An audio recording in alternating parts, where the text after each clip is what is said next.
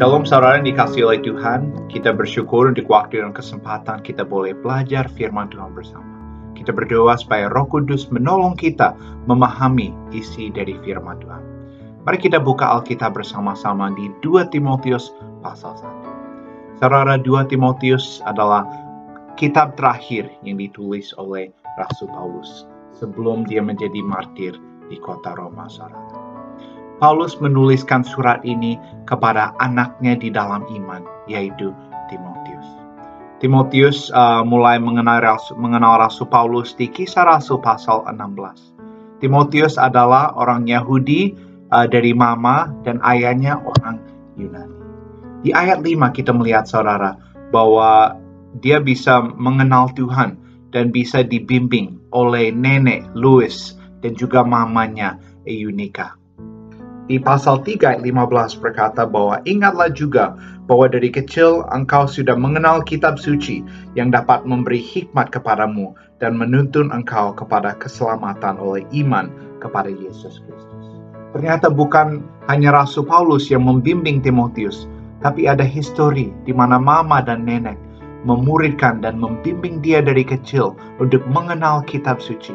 Ini juga adalah pesan penting bagi setiap orang tua, saudara, bahwa orang tua, bahkan nenek, kakek memiliki peran begitu penting di dalam kehidupan seseorang untuk mengajarkan kitab suci yang bisa menuntun seseorang kepada keselamatan kekal. Ini adalah salah satu bagian penting dari bimbingan kita kepada anak-anak kita, yaitu generasi ke depan. Dan Paulus menganggap Timotius anak sendiri, tapi di dalam iman Kristen. Paulus di dalam surat ini, khususnya di pasal 1, mengingatkan Timotius untuk mengobarkan karunia Allah yang Tuhan sudah memberikan kepada dia. Di 1 Timotius juga mengatakan jangan lalai menggunakan karunia yang ada padamu. Jadi Timotius dibimbing oleh mama, oleh nenek, oleh Rasul Paulus. Dan dia dipercayakan lebih banyak untuk melayani jemaat. Dan Paulus mengingatkan dia di akhir hidupnya untuk menggunakan karunia yang ada pada dia. Jangan lalai menggunakan, yaitu pengajaran, pengembalaan. Timotius juga mungkin sedikit seorang timid, dia khawatir atau takut. Paulus juga remind dia di ayat 7 bahwa Allah memberikan kepada kita bukan roh ketakutan, melainkan roh yang membangkitkan kekuatan, kasih, dan ketertiban. Saudara, kita harus tahu bahwa Allah sudah memberikan kita karunia, kita sudah mengenal Dia dari kitab suci, dan kita jangan takut ya. Istilah yang paling sering muncul di dalam Alkitab adalah jangan takut. Dan Allah tidak mau kita terus khawatir dan takut, tapi terus percayakan hidup kita kepada Dia, melayani Dia, dan dipimpin Dia. Paulus di ayat 8 mulai bahas mengenai Injil Kristus yang Allah percayakan kepada dia, bahwa dia menderita bagi Injil oleh kekuatan Allah, dan bahwa Paulus diutus oleh Allah dan ditetapkan sebagai pemberita, sebagai rasul, dan juga sebagai guru atau pengajar bangsa-bangsa ya, di ayat yang ke-11 ya. Ini menjadi panggilan Paulus, dan dia mau teruskan kepada Timotius pelayanan yang Tuhan sudah percayakan, yaitu untuk memberitakan Injil, untuk juga menggembalakan domba-domba yang Tuhan percayakan.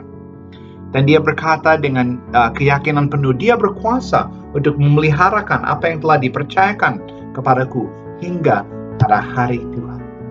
Saudara, kita harus ingat bahwa ada harinya di mana kita akan menerima upah, dan hidup kita, segala motif, segala sesuatu yang kita lakukan akan dinilai. Itulah sebabnya karunia yang dipercayakan, pengajaran dari kitab suci yang membuat kita bertumbuh, dan Injil Kristus yang kekal sudah dipercayakan kepada kita. Dan kita boleh menganggap bahwa Paulus berbicara kepada kita, karena ini diinspirasikan oleh Roh Kudus kepada setiap orang percaya, bahwa kita adalah anak Tuhan di dalam iman Kristen. Dan Tuhan sudah percayakan kepada kita sesuatu yang sungguh luar biasa, yaitu Injil Kristus kekal. Jangan pernah lupa saudara bahwa hidup kita semakin singkat. Waktu kita berada di dunia semakin mendekati hari penyelamatan kita. dan orang di sekitar kita membutuhkan Tuhan Yesus dan kasih-Nya, membutuhkan bimbingan dan supaya kita membagikan Injil Kristus kepada mereka, saudara. Paulus berkata tentang seseorang juga di bagian akhir, namanya Onesiphorus, yang memberkati dan juga menguatkan dia, ya. Jadi bukan hanya Paulus, bukan hanya Timotius, ada juga orang lain, termasuk sampai ke hari ini, termasuk sampai GKI Kuta Bali, termasuk nama saudara sendiri yang menjadi bagian dari tubuh Kristus.